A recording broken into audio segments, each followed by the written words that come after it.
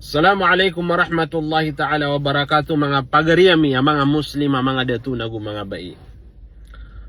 Upama ko kabaya tano, aigiraman utu aditano di mamangan ni duas iku Allah na mabalu yagyang kutu apangan ni tano at tatarimaan. Ayamana na mabagra doa nagu padasagyang kutu doa tarimaan wallahu subhanahu wa ta'ala. Na igira adika din doa na sumpatan na kaun agyang kutu ya hayyu ya qayyum ya zal jalali wal ikram. Miya kalabulbudanan. Tawagan na kasi iku Allah subhanahu wa ta'ala agyang kutu ingaranian sifatian ya hayyu ya qayyum ya zal jalali wal ikram. Kamataan na kagyang kutu kisumpatan na kaun sa agyang kutu kapengening ka nagyang kutu duang ka na di din ilangan wallahu subhanahu wa ta'ala. Terimaan niyan din sa magatos ka porsinto agyang kutu dua. Tano dan tano ya hayu ya qayyum ya zal jalali wal ikram.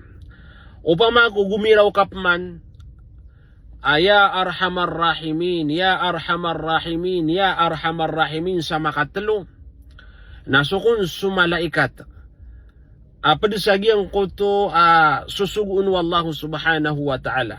Malakul muwakkal na teronian amataanas wallahu subhanahu wa ta'ala na pkeneg kanian. Sagyang kuto akapteluin kau na ya arhamar rahimin ya arhamar rahimin sa makatelo na tigiyan aswallah na miyanag kanian na iman to na pangani kadin kaimbgir ka wallahu subhanahu wa ta'ala giyang kuto panganin ka.